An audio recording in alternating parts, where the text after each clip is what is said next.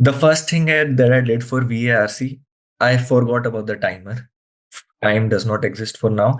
I am going to focus on understanding the RC thoroughly, like line by line. I have to ensure that I understand the RC completely before moving on to the questions.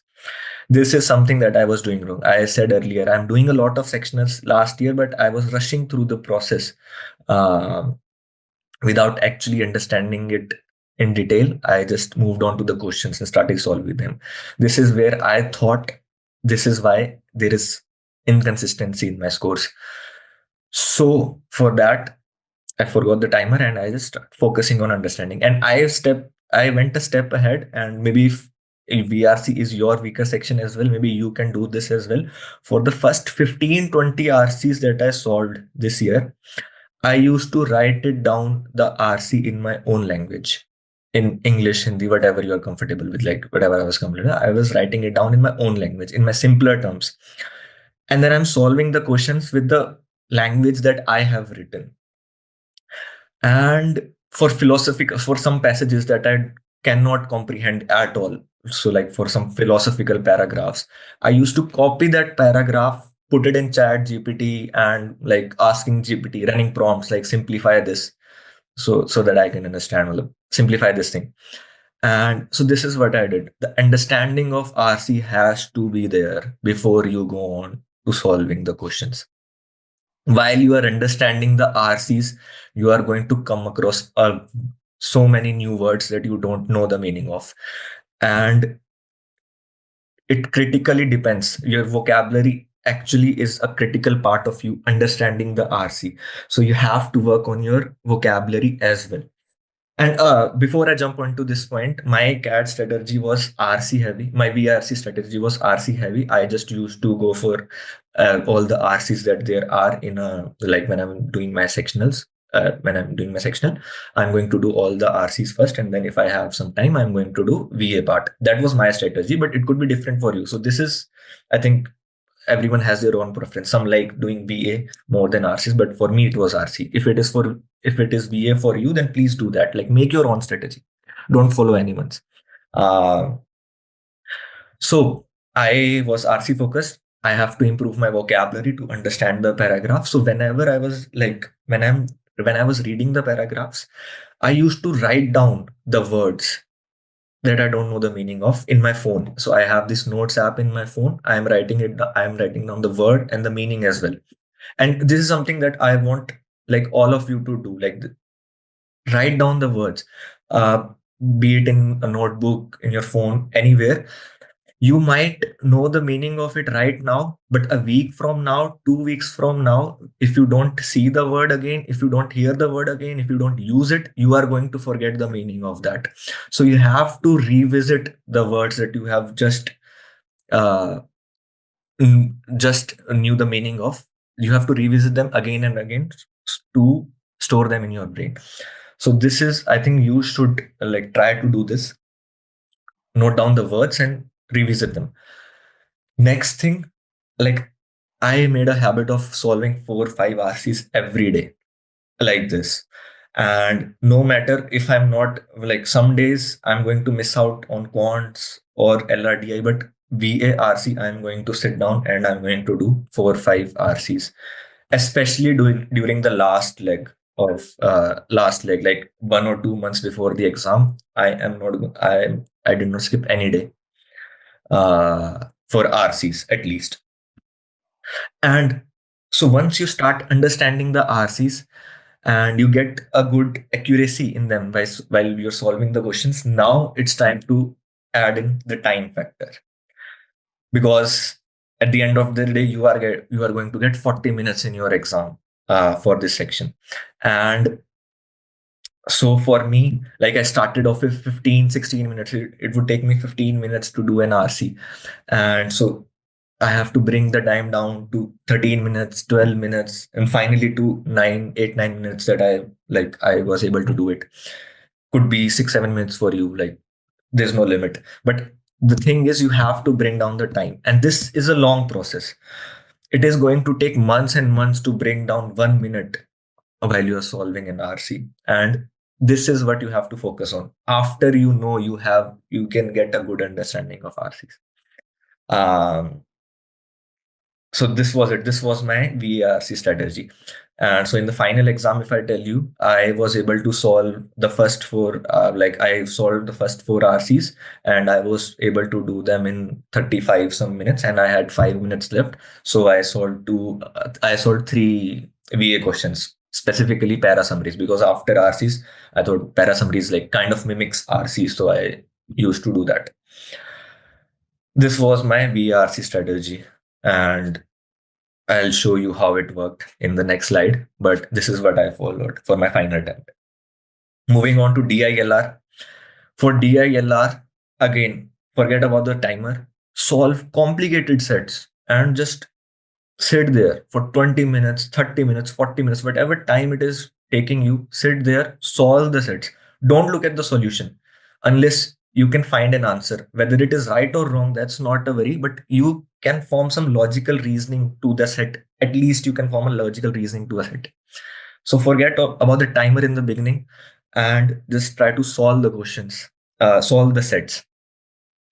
And I think this point I already, let me open pointer, or let just not disturb Zoom again. So during mocks, I think I already talked about the third point, that I was spending 3-4 minutes before I went all in on a set. I was gauging if I can solve this or not. I incorporated this in my mock strategy. And my goal going into the exam was to solve. So came out of fear. Like this may not be a good thing, but for me, I actually got feared after my 22 attempt. So there was fear in me. So my only goal was to solve at least two sets. Like two sets in 40 minutes, I'm going to solve two sets. Whatever comes above is just brownie points for me if I can solve four. But in the mind, I had this mindset that I'm going to solve two sets. And 40 minutes for two sets is more than enough. But when I got to the exam, and this year the DLR was on the easier side compared to past years, so I was actually able to solve four sets in the exam. Like I started on solving and I was able to solve four in the final attempt. But this is what I was in the mindset of solving two. Moving on to quants. Quants is like, it is my love. I love quants. I love doing quants. Has been from the start. In quants, the first thing you need to do is you have to have crystal clear concepts. Like you should have an amazing understanding of the topics that will be taught to you throughout the year. I would advise you something that I did, and I would advise you to have a notebook and write down some concepts and some tricky questions that you found. Like whenever you are doing a mock or you are solving questions, you are going to come across some questions that you cannot solve, and you are going to look the answer for that. That is how you like improve. For these questions that you got tricked into, write those questions down and the answers, and try to revisit them again. Same thing, revisit them.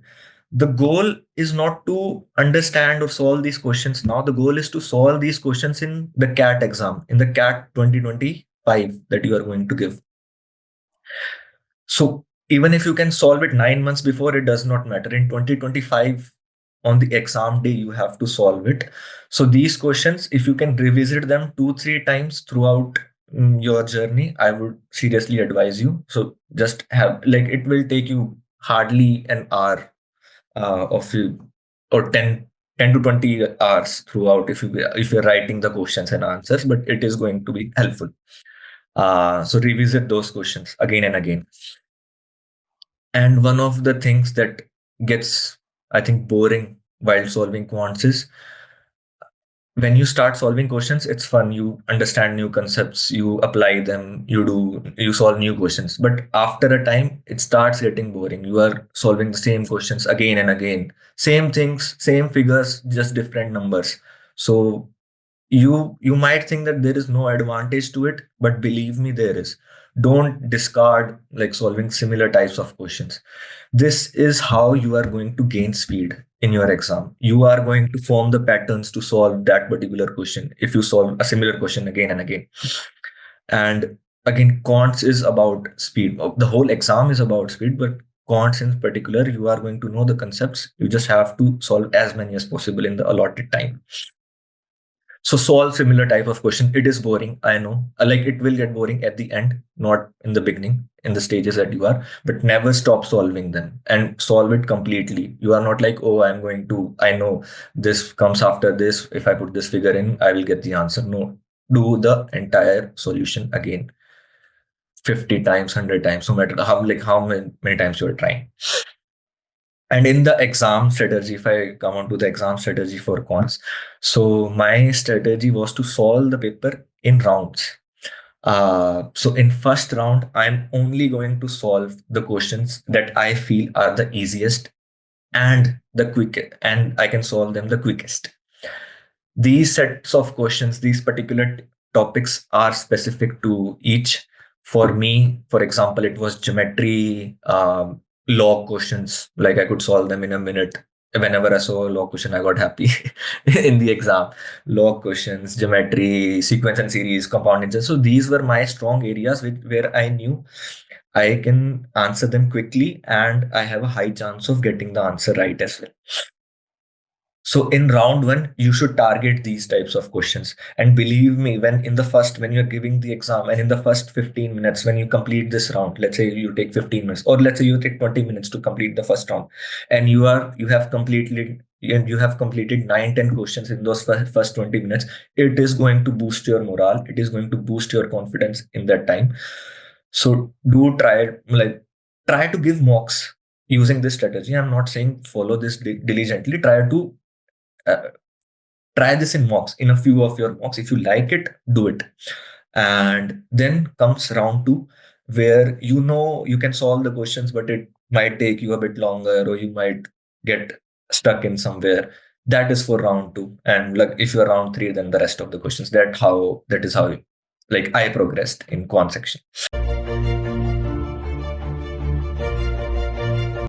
So the verbal ability and reading comprehension, I've given GRE and TOEFL in my final year, and from there I was familiar enough with reading and analyzing long paragraphs, and you'd find many tips and strategies about how to read and analyze and how to tackle those.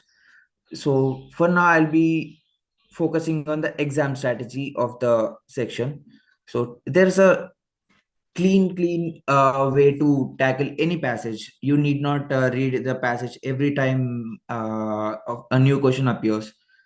So for that, you need to take notes while reading. Take notes, just take notes. Whatever comes to your mind. It might be a like your mind voice. There's always a mind voice. You talk to yourself in. I'll talk in Telugu. You'll talk in Hindi or something. Just write it down. Write it down. Whatever you feel when you're reading the passage. Whatever you notice when you're reading the passage. Even take notes of those also, not just the content of the passage. And focus on understanding what's given in the passage. There is this baggage we have where we know something about something and something about the topic given in the passage, and we carry that baggage into this passage. Do not carry anything outside of the passage. Just focus on what is presented in the passage to us, what is being told to us, and do not assume anything at all.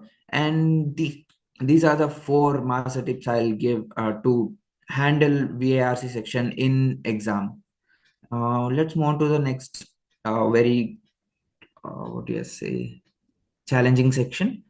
So the logical reasoning and data interpretation section, the logical part of this section is to understand what's given to us, that is data interpretation, and what the question is asking, what is the examiner trying to test, and how to bridge the gap between what's given to us and what the question is asking. This is the logical thinking part we need to fill in. So my strategy for the exam is write down what you know from the question, and write down what you want from what the examiner wants from you, and focus on understanding what has been given, what we need to be getting from the information given, and try to bridge the gap. You would already know, you would have already practiced such questions. There will be just that clicking, that part of your brain clicking, okay, yeah, this is what I we have, this is what I get, and this is how I get to there. So to get to that, you need to, because in the questions they'll try to overcomplicate things by mentioning that, mentioning this, mentioning a lot, and trying to twist the words. When you write down what you know, when you write down what you want simply in the language you understand, then you will able to link it to some practice question you have done during your practice sessions or your mock test or something, and focus on understanding that. And stay calm, do not panic when they give huge questions, or how would you say, very complicated logics, a's mothers, b's fathers, and all. Just stay calm to avoid overcomplicating the problems, and focus on identifying patterns quickly.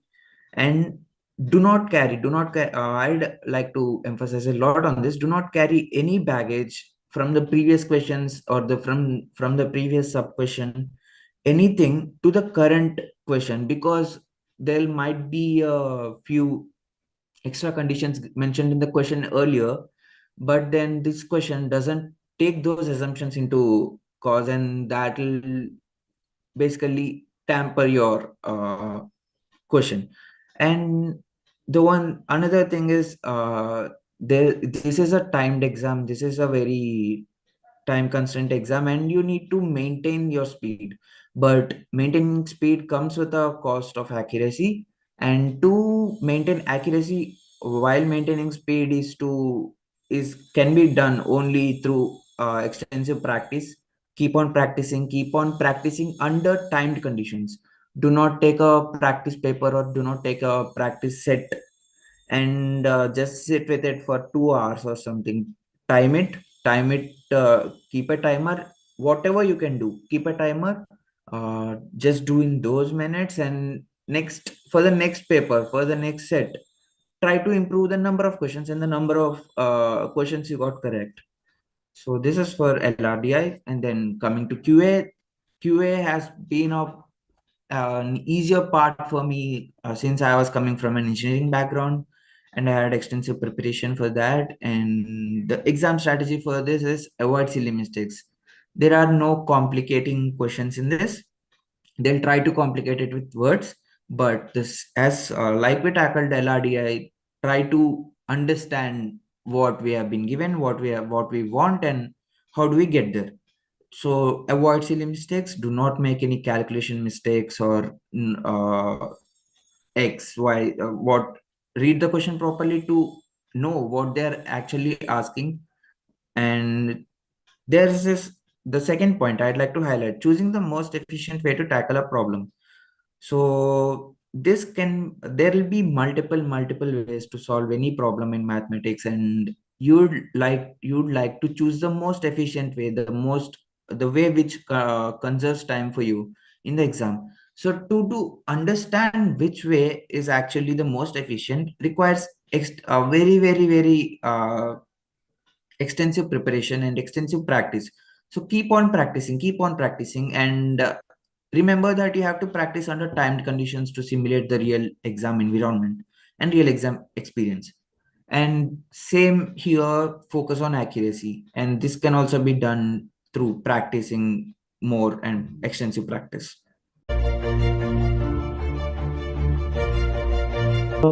Firstly, I talk about verbal because I'm not that great in verbal. I can guide in DLR and QA, but I felt right in the beginning like you need core comprehension skill in VARC because we are not reading books. We are just like memorizing stuffs and doing things in exam. So core comprehension skill is not there. So we have to build that thing first of all in VARC before jumping on the question solving. So that part that should be addressed in VARC. I feel that's the most important thing.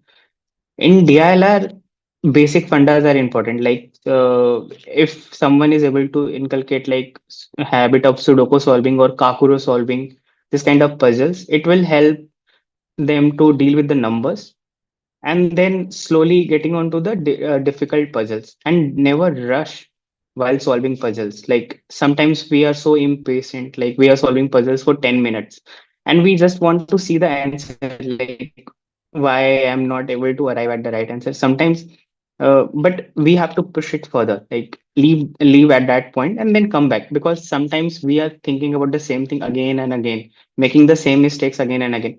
We can take a break and then come back and then we can arrive on the solution.